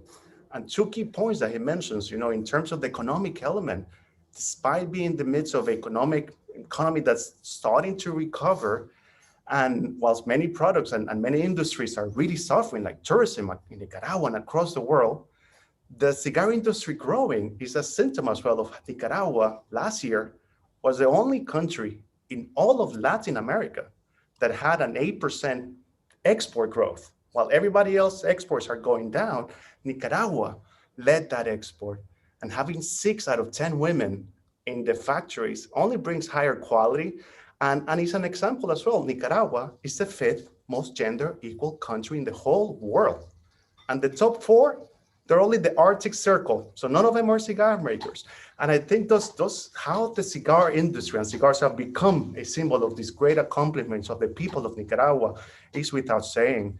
And I have to add one more thing that I know Juan knows it, and I've been telling this for now 5 years since we've been sort of engaging in conversation and welcome him here when he's been to London. I feel that the cigar industry, aside from the economic impact and the social responsibility and the sustainable development that it has brought to our countries, there's something even more profound that sometimes is easier to see when you're from the outside. Like I have been in the past few years, I've been looking at Nicaragua more from the outside than from the inside. And I think Nicaragua and the cigar industry being the spearhead of this has gone through a very profound paradigm shift. I feel that there's a level of pride in Nicaraguans and our cigars and how proud we feel about it, how capable people feel now that they know they can make the best cigars in the world. They can make some things that are better than anybody else. That's something that I go back 20 years ago, and I don't think we had so much clarity into our ability to do that. So that shift, in many ways, we owe the cigar industry for that. So thank you so much for all the efforts. And I have to say that the impact, not only in Nicaragua, but I see here in London, and I see the families that work with Scott at Toro Imports and how they all benefit from this positive time that we're living. Everyone, the retailers, new stores, new people going into the business and opening their own stores. That's wonderful to see. And we hope that we can continue this great risk. And this is where my question comes when I don't think it's a curveball. If anything, it's more of a softball. But I think it's a topic that we haven't so much touched upon in today's conversation is when we talk about the risk or the dangers, right, to this industry. We spoke at length of the internal risk, but from an external risk perspective, what do you feel right now the elements of regulatory frameworks and the lack of education in politicians and governments and entities in coming up with regulations that potentially could be a key factor to our risk? You see that as an important factor? And if so, what can not only us as people one way or another support in the industry, but consumers do, if anything, to help support the industry against those external risks? One. And again, pleasure to see you as always, always a pleasure. Ricardo, saludo. Great to see you, my friend. Thank you for always be present with us and being that outside voice, Nicaraguan voice from the UK. And I have to start by recognizing that something that I touched upon briefly before regarding the role of the institutional framework that has allowed Nicaragua to grow where we are today. And even though Ricardo mentioned, I have to say that not only the free trade zone, but understanding over the past 20 years that the role that our industry plays in the well-being of northern Nicaragua, but also as an export, key product export, has been very clearly understood by the institutions in Nicaragua, and they do a great job in facilitating trade, in facilitating and representing the interests of our industry, which takes me specifically to your question, Ricardo. It is perhaps the biggest external risk that we have outside of another global catastrophe or pandemic or whatever, even though we already knew that we realized that it wasn't necessarily as bad as we expected. It has to do with the regulatory framework, not only in the United States, in Europe, and in many places in Latin America. This framework that forces our products to be considered in a particular category that imposes a lot of expenses and costs for us to comply with the regulation. Just to give you an idea, a couple of weeks ago, or I think sometime in middle of March, there was this meeting of the World Health Organization on the framework to control the consumption of tobacco. And one of the statements some countries were pushing there was to prohibit local governments, national governments, against their own sovereignty, to prohibit them to meet with tobacco industry representatives, to have no conversation, no communication at all, which is absurd in many ways. First of all, if you want to control something, there's no worse way than closing the doors of communication, you know? And second of all, when you have a country that depends so much, in countries like Nicaragua, Honduras, the Dominican Republic, Cuba, and many other countries that depend so much on our industry to prohibit that they communicate and freely transmit ideas, concepts, and solutions to the problems, it goes against any common sense. And that's the type of things that some organizations around the world are pushing for. Now, regulation has two sides. I think, of course, you have the negative side, which is basically restriction, inhibiting our capacity to compete freely, to trade freely.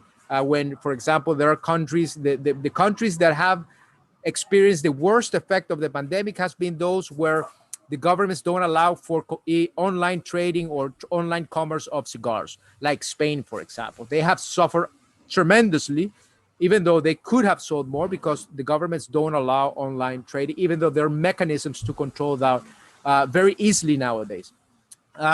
So you have an impact not only on the local trades, like the retailers, the distributors and importers, but you also have an impact on us because you're imposing a substantial burden to comply with the regulations. And of course, this will be another thing that will increase the cost of doing business moving forward. When we talk about track and trace, when we talk about a lot of those requirements that are slowly coming in line in countries like Europe.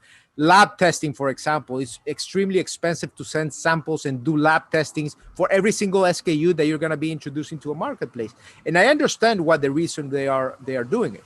But it's a big risk, and especially it's big risk to smaller companies that do not have the capacity to respond to those trades. So, and we all come from a small background. We all started somewhere. So if you want to hinder the growth and the development of an industry, kill the small ones. And that's what happens with regulation. And I think that's a big threat, even though it's not necessarily in the short run, because I think the governments should focus on bigger priorities right now than controlling our products. And I think some of them have come to realize that maybe cigar smoking is not what they should be focusing in this precise moment in time. But there is a good side of regulation that I might say, and I don't want to be controversial in this way, but regulation forces us to be better too. And it has forced many of us to be better, cigar makers, business administrators, because the risk of going out of business because of regulation is so high that you have to do anything that you can, from investing in your systems to investing in proper tobacco to investing in all the process and techniques that allow you to be better to comply with that regulation. So I think that we also have the responsibility of taking advantage of that threat and taking it in our behalf, working collectively, perhaps as an industry. As many countries, we've come together with Dominican Republic, with Honduras, with Mexico, to lobby in favor of premium cigars. And that's something that we're actively doing as a Chamber of Tobacco here in Nicaragua. And we are present. And I have to say, I have to give credit to the Nicaraguan government that even in the good times, the bad times, with pandemic, with no pandemic, with political crisis or no political crisis, they have stood and they have represented the interests, not of us companies, but of the sector and the workers and the growers and the people from the rural areas and the people from the cities that ultimately are the ones who stand to lose the most. We as cigar makers, company owners and principals, we're not gonna starve when factories shut down and go down. We'll probably have some savings, or probably we'll get a job somewhere else if they shut down. But the people who depend, those more than 200,000 people whose livelihoods are impacted by our trade, are the ones who are going to suffer. And for those, all of those that are promoting a substitution, because the World Health Organization, some people are arguing for substitute tobacco for other products. Well, the answer is very simple. If we had better products, we probably had made the change before. But this is what we have, and we are fantastic at it, and we're competitive at it, and we're gonna keep doing the best that we can to satisfy, because people are not gonna stop smoking cigars. They're not gonna stop smoking cigars unless they outright ban them, which I doubt it, because then everybody has to come together in these spaces with consumers around the world and basically shut governments down, because that's ultimately what they will need. So in that way, Ricardo, yes, regulation is a living, breathing threat. It has been for a while, and it will continue to be so for many years to come. Thank you. Thank you very much, Juan, for eloquently touching on that. And ultimately, if I just might quickly just add, based on some of the comments that I see on the chat, is ultimately it's up to, there's a level of responsibility on all of us, as well as consumers, as aficionados, pasionados, as you call them, Reinhard, to help with the education process. These are not cigarettes. These are artisanal product. And I think that's where we can all pitch in and support Juan and the importers and the retailers and our. Was there for a second? Let me bring Van back. Yes, we all have a responsibility. Everybody in the trade has a big responsibility. In the media, we have a big responsibility. Come together, knock on our politicians' doors, as we do already as companies. But it's not the same when a company comes and tries to argue the point, as many of our colleagues in the United States and in Europe have done through trade organizations like CRA, the European Rights Association, Cigar Rights Association, and all the trade. But it's not the same until smokers and consumers, the voters, ultimately make the shots. Sorry, Reinhold. Thank you, Juan and Ricardo. May I just jump in on this question again? I agree that there is a very big responsibility on every single one of us as a cigar smoker. But also, I would like to point out that we as a magazine tried to push the idea years ago already, tried to push the idea of establishing cigar making and the cigar making culture as a World Heritage thing that is worth to be protected. I have, on the political side, I've never seen, other than from Honduras, I've never seen any country like the Dominican Republic or Nicaragua or Cuba or Indonesia jump on that train and push the World Heritage aspect of cigars, which I think would be very beneficial for the industry and for us as consumers. I don't want to take back the responsibility for us consumers. Everybody of us has to be involved and has to try to educate politicians and people. But on the political side, I somehow miss the urge to press the UN to establish cigar making and cigar making history as a cultural heritage. Juan, how do you see that? It's a good point, Reinhold, and I agree that, of course, there's never enough that can be done. We do have a long way to go. I know that Honduras, especially through Maya Selva and their companies, have pushed a lot to gain the craftsmanship aspect of cigars, some recognition. We on our side, for example, are working to get to Nicaraguan grown tobacco as a denomination of origin, which allow us to protect our products. And that's something that we're working very strongly to obtain hopefully in the near future, that would allow Nicaraguan grown tobacco to be protected locally and for extension internationally. Those are the efforts. Sometimes the efforts are not as visible as one would see, you know, going to the capitals and that, but there's a constant and permanent efforts happening, conversations with governments, with authorities in the region, outside, that you know, hopefully in the future we're going to obtain that status. But agree that this cannot be achieved unless we come together collectively as countries, not only as industries inside a country, but together as countries, with Pro Cigar, Honduras, and Mexico, even the tobacco growing countries like Ecuador, like the rest, should come in and pitch in this effort. And then that question goes to Ricardo. I mean, it's a political question. It's also a diplomatic question, because you guys, as diplomats, you discuss those things and you push those things. How do you see that? Do you see any initiative of any of the cigar, not only Nicaragua, but any of the cigar producing countries? That's a really interesting point, and you mentioned it quite pointedly. There's an element of the multilateral arena and representation, right, to bigger bodies and the WHO and UN bodies.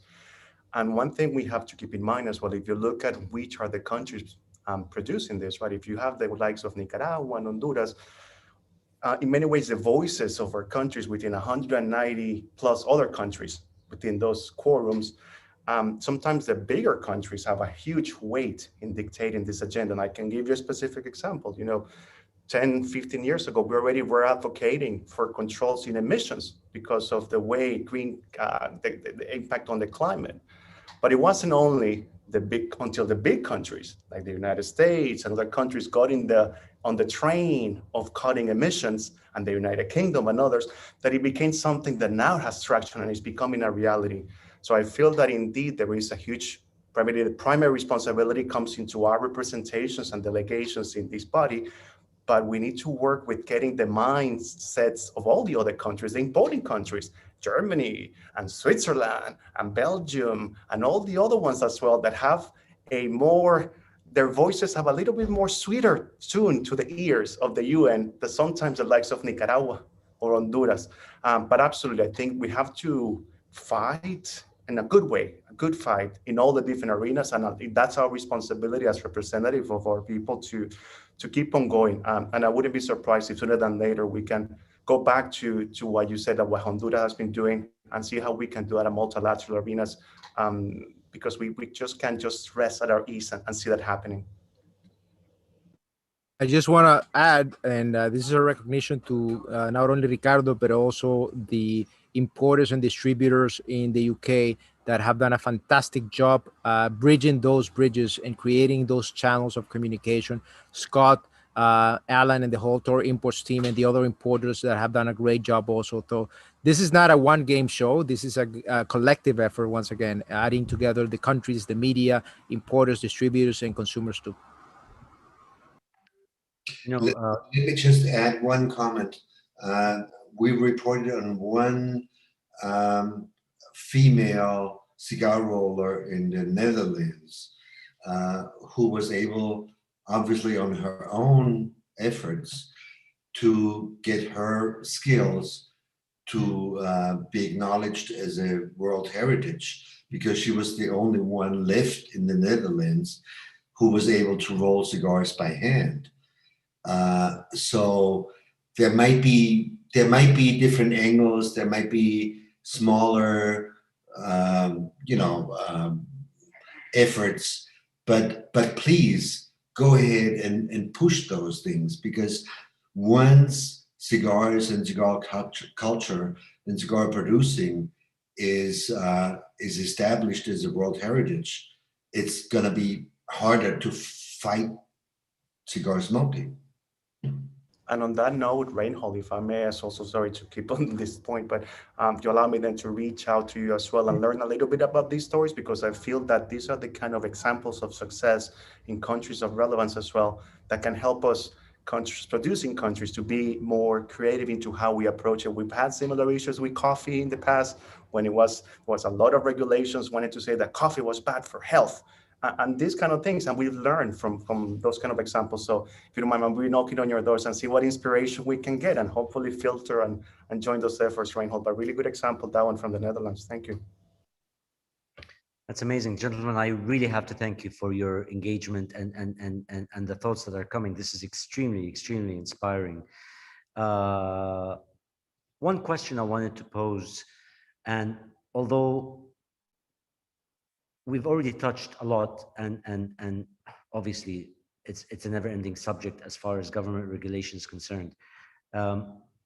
But in a recent, well, not very recent, in an interview, Juan, that you had about 2 years ago, you said that the Nicaraguan cigar industry momentum, and I quote, will depend first on our companies making better and better brands, being on the top every year, and respecting the price-quality ratio that has been instrumental in getting us to where we are.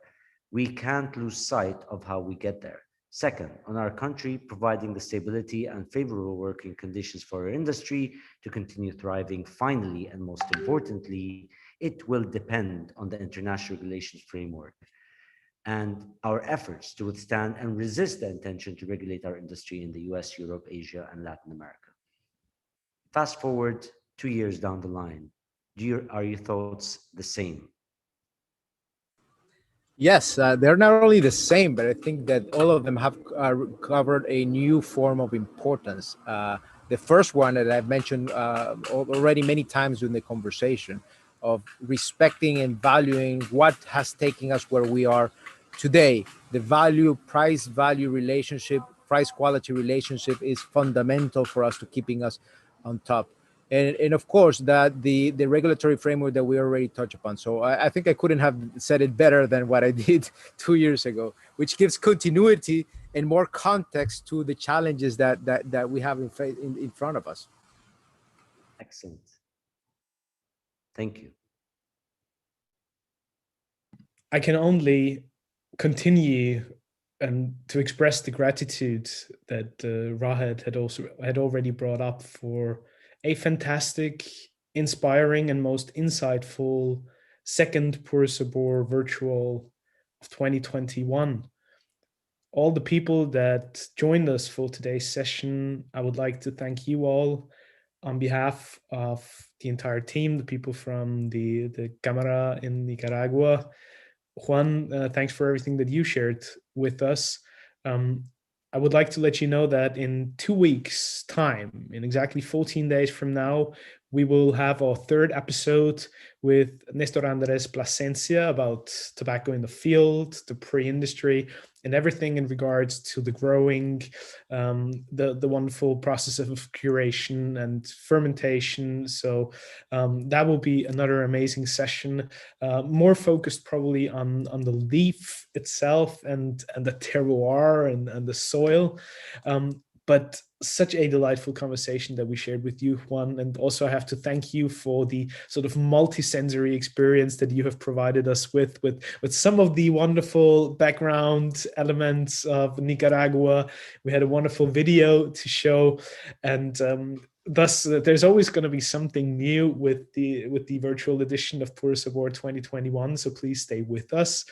You can find all the latest information in our newsletter on the official website, that is lightemupworld.com/Puro Sabor 2021, lightemupworld.com/Puro Sabor 2021. So check it out and stay tuned. Before we wrap things off, can I just say before we go? Well, of course, Juan, you fire away. I would never cut you out there. Two quick things. First of all, and Ricardo mentioned this very briefly about the social responsibility. If we're going to talk about the impact of our industry, we cannot forget what goes beyond just the trade itself and the business itself. The impact that every company in our collective efforts have on the health, the education, the environment in northern Nicaragua, it's incredible. From education program like Pronica, that was established by Van Horsten, and Tom Mulder was here already, and follow up with Scott and Tor Imports. This is a program that focuses on scholarship for primary school children of the poorest families in Esteli. We have hundreds of people, hundreds of kids that have a scholarship to study their full primary school, which is fantastic. Now you talk about the vulnerable population, the elderly, and of course the environment. The Nicaraguan Chamber of Tobacco, it was the first entity in the country, in the region, to establish an environmental trust fund for the protection and revival of the Esteli River Basin. And this was from the profits of one of the cigar festivals that we had about 5 years ago. All of the profits from the auctions that we got in that festival went into this trust fund to invest in the environmental protection of course, where we grow tobacco, but beyond that. So the effect and the impact on the people and the environment and the community is there. And with that, I want to thank all of you, cigar smokers, cigar aficionados, cigar enthusiasts, cigar apasionados, the media, distributors, importers, brand ambassadors, everybody whose job impacts everything that we do in Nicaragua. To the question of what is the true impact of cigars in Nicaragua, in our communities, you are the main drivers of that. So thank you very much for the trust that you have in our products, in our companies, in our brands. Thank you for believing in the talent of our people. Thank you for believing in Nicaragua. Thank you for trusting our capabilities, our skills in delivering this. We would never be where we are today if it wasn't because of your trust, of your belief, of your risking it. It's saying, I'm going to go against the waves, the tides, and I'm going to represent these Nicaraguan brands because I believe in that. And that is for us one of the most valuable aspects of Puro Sabor, being able to connect with you, be it physically here during the local festivals, but also virtually, to thank you that we are where we are because of you. And we hope that we continue walking together in this journey through the good times, through the bad times, through the challenges, but most importantly, through enjoyment of Nicaraguan cigars, Nicaraguan culture, Nicaraguan heritage, Nicaraguan tradition. So from Nicaragua to all of you, thank you very much for joining us in this virtual Puro Sabor experience that we hope is the last one, because in the next one, we want all of you here in Nicaragua, in Esteli, smoking a cigar together, drinking some toñas and flor de caña, and dancing to the loud Nicaraguan music. So thank you very much, everybody. Bravo, Juan, what a tremendous statement to finish this session. And with that, we leave all of you to a wonderful afternoon and evening, and with one final look at some of the people who produce this wonderful product that we all share, that we all enjoy, and we all love and appreciate so much. The humble, simple product that brings all of us here together and that we share the passion and the love for. The leaf, the premium cigar. I wish you all a wonderful rest of the day.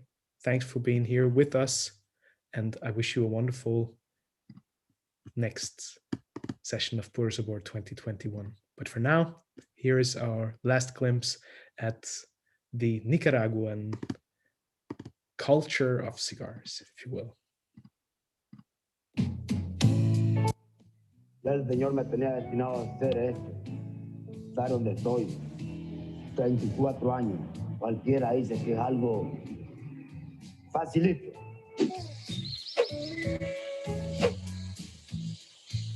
Yo siento todavía el amor por aquella empresa que nunca la pude dejar.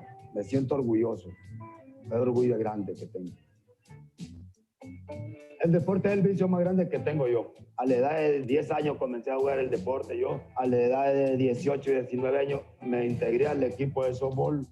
Dentro de la empresa sacamos equipo y comencé a dirigir el equipo. A mí me gusta disfrutar del deporte. Que el equipo salga adelante. Por eso yo lucho y peleo, regaño. Y los muchachos a mí me dicen que soy bastante duro, pero es que a mí me gusta competir.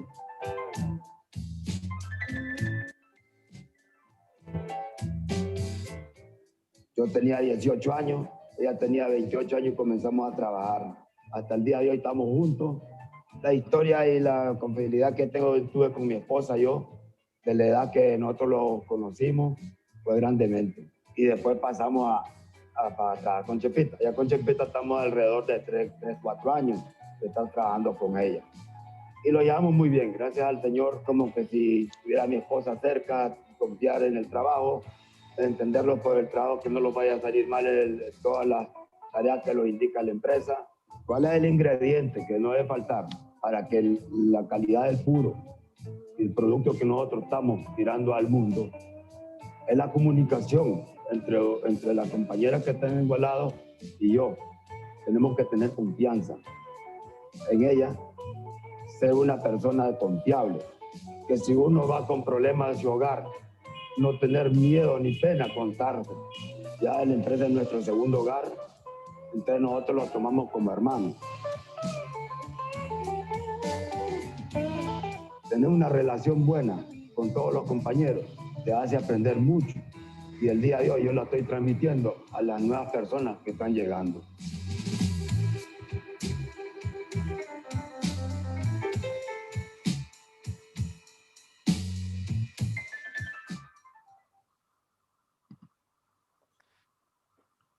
The ingredient to every perfect cigar and every wonderful conversation is the passion and the community. Thank you all, and we'll see you next time here at the Light 'em Up Lounge for the Puro Sabor. Thank you all. Thank you.